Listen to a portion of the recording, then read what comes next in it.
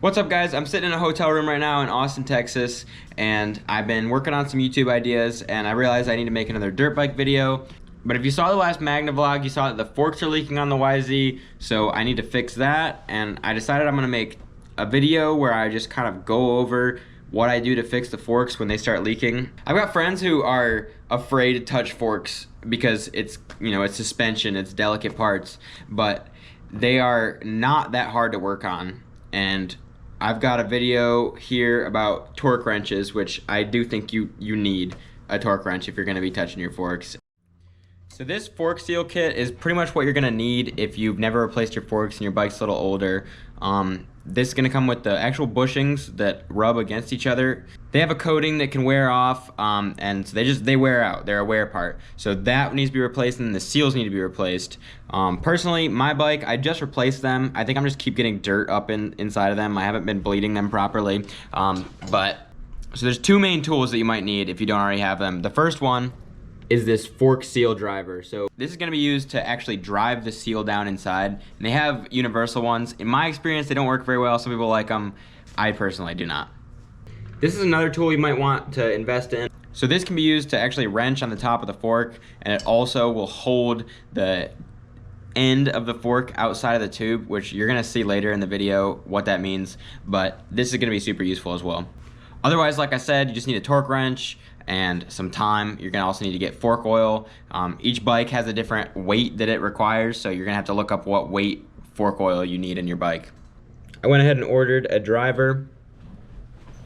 In the past, I've had a buddy who had a driver. He had a very similar bike to me. His was a 250, mine's a 450. But he doesn't have his driver around anymore, so I just ordered my own because it makes the job so much easier. I'm gonna catch back up with you guys when I get my tool and I'm back home and I can start working on the bike.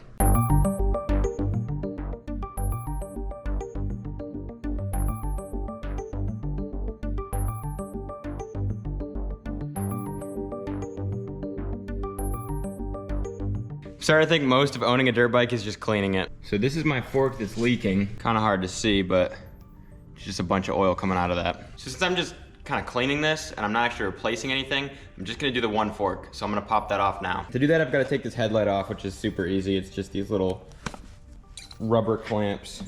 Then I'll loosen up these, which will let the handlebars flop forward. And then I have to take this guard off, take the axle out, and then I can do this clamp, and the fork will slide out.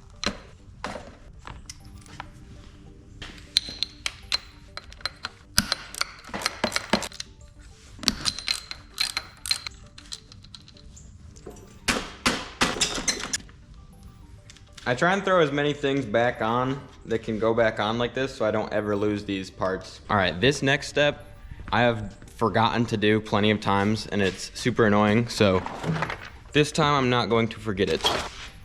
This wrench lets me loosen the giant nut on the top of the fork. See, it just fits right perfectly on there. But before I do that, I have to loosen my clickers. So I already know where I like to keep my clickers, so I don't need to really count because I know where I'm putting them back.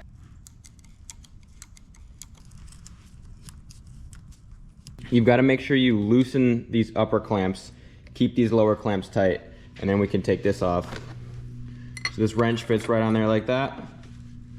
It should come loose that easy. If it doesn't come loose that easy, you can use like a dead blow hammer on this. Just make sure you don't strip the fork caps. And I don't take this all the way off, I just loosen it so that later it's much easier to work on.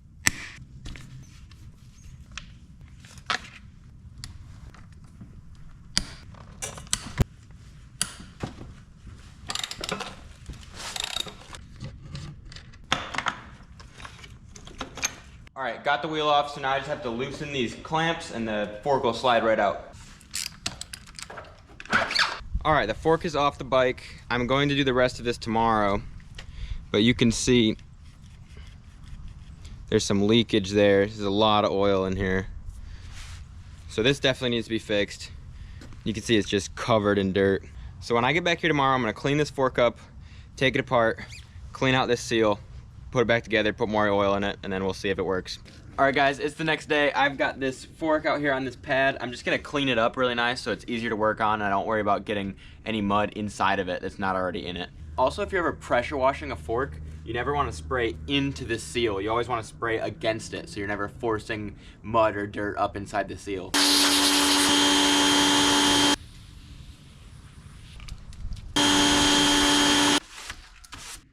All right, so here's where it's good that we already had this top piece loosened. So now I can loosen it by hand at this point, and I don't have to worry about clamping it in to try and hold that. So I can just take this, loosen it the rest of the way. And once it's off, I can pull that out a little bit like that. I'm just gonna drain this oil.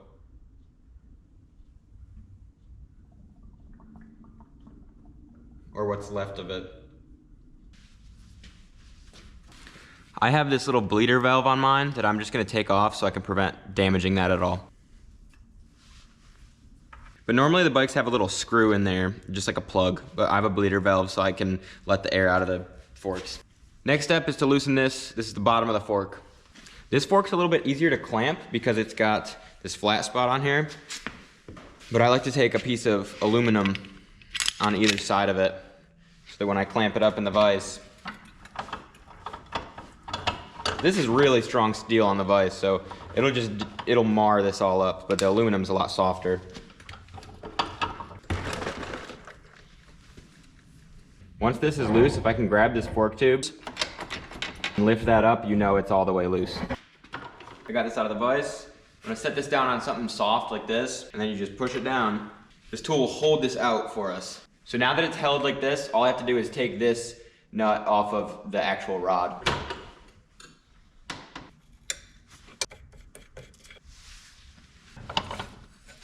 So now I can pop this thing back out.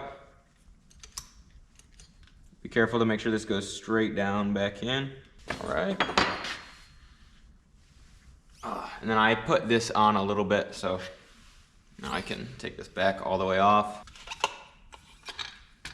Now, as you can see, that whole inside of the fork comes out. I'm gonna set this somewhere that it doesn't get super dirty. So here's where I wanna point out that this isn't really the right way to be doing this. The right way would be to clean everything and put in new seals, new bushings, everything. But I've recently had these forks apart, and I just got a little bit, I know I just have a little bit of dirt between the seal and the fork tube, so all I'm doing is cleaning the seals. There's already really good guides on YouTube that go into every detail about how you should be doing this. They're the guides that taught me how to do it. I'm coming at this more of a perspective of, like, I didn't know anything about suspension or forks, and it's super simple. So if you want to follow this as a guide, you can, but I'm just trying to point out that it's not hard and that you could save so much money doing it this way. So I use a flathead screwdriver on this dust seal. You don't really want to pry at it hard. You want to be kind of just gentle. You don't really want to damage it. You just want to get it started. And it just pops out like that. All right, now in here, there's a little retaining clip that I'm gonna get out with a flathead. And this clip isn't something you want to force out either. Really, you're not forcing anything here. Like, none of this should have taken any real force to get out so far. So you don't want to be forcing on this. I mean, it is delicate equipment, really. Now we're at the point where we just need to pull that seal out. And that seal is gonna catch right there on the inner fork tube. So if we just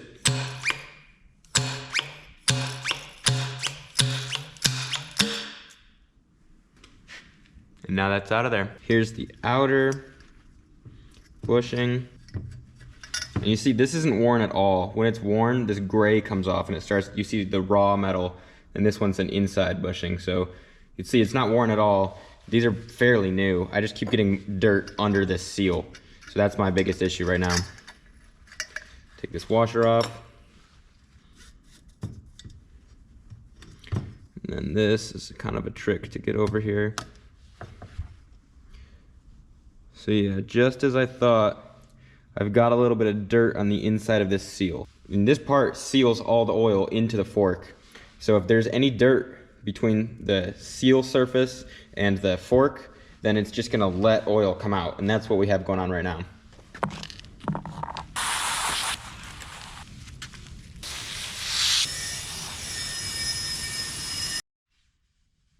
Now I can just put all these parts back on in the reverse order. When you put this back on, you gotta make sure that lip isn't folded up under itself, which happens sometimes.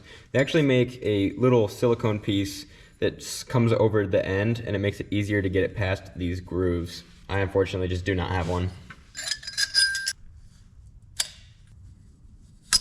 To kind of clean out the inside of this outer fork tube, I just take a clean paper towel or rag. Just blow it through. Got a little bit of oil on my face, but I don't care. So I literally just had this fork apart like 10 engine hours ago. Not long ago, so that's kind of why I'm doing just like simple cleaning. But if this was the first time I ever had these forks apart on this bike, I would deep clean every single piece of this fork. This thing just slides right back in. And the seal will seat down in here. This is where the fork seal driver that I ordered comes in, which is actually getting delivered tomorrow. So the rest of this is gonna have to happen tomorrow. But just to make sure nothing gets dirty or anything, I'm gonna slide all the parts back in here just to store it overnight. Also, I need to get some fork oil. So I'm 90% sure that this bike uses 5-way oil. I'm gonna confirm that in my manual, and then I'm gonna go pick that up tomorrow. Just got back to the shop. I got some fork oil and my driver, so let's open this up. Some nice stickers.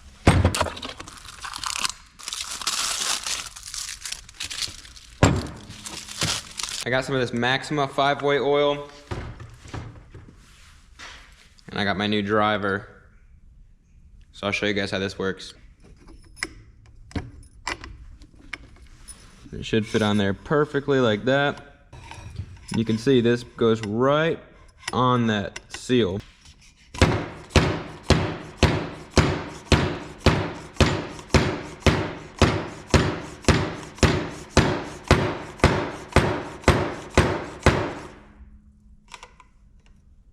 And that's fully seated in there. Now I can put this clip back in. I can pretty much do most of this by hand. Poke that down into place. Then just make sure that clip's fully in that groove, and your dust seal just presses on like that. So our seal is fully reassembled. Now it's time to put the cartridge back in.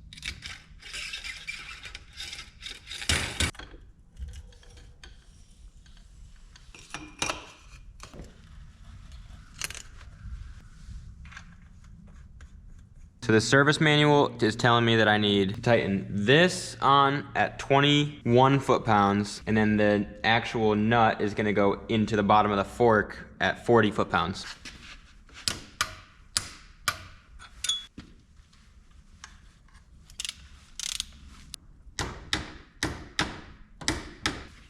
Time to fill up the fork now. My manual says 345, it says cubic centimeters, which is milliliters because the metric system just has stuff figured out. But that's besides the point.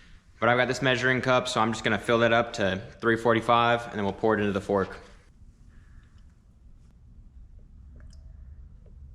Here again, I want to point out that if you don't know what oil is in your other fork, make sure you're doing both. I just put this exact same oil in the other fork not too long ago, so I know that both are gonna have the same amount of the same exact oil.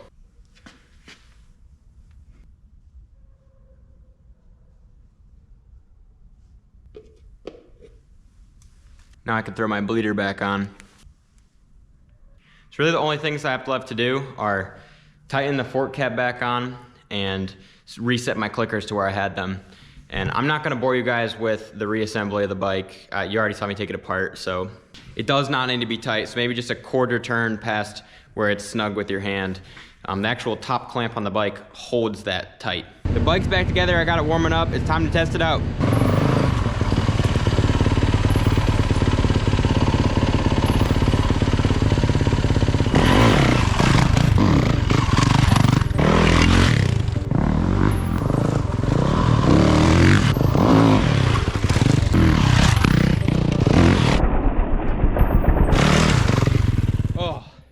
It's been a little bit since I ripped the 450, and that was I just wanted to make sure it was gonna work. So I just tested it real quick, but I am gonna be making another 450 video soon. So now that she's running again, ready to go, I'm super pumped, so stay tuned for that. And as always, thank you for watching.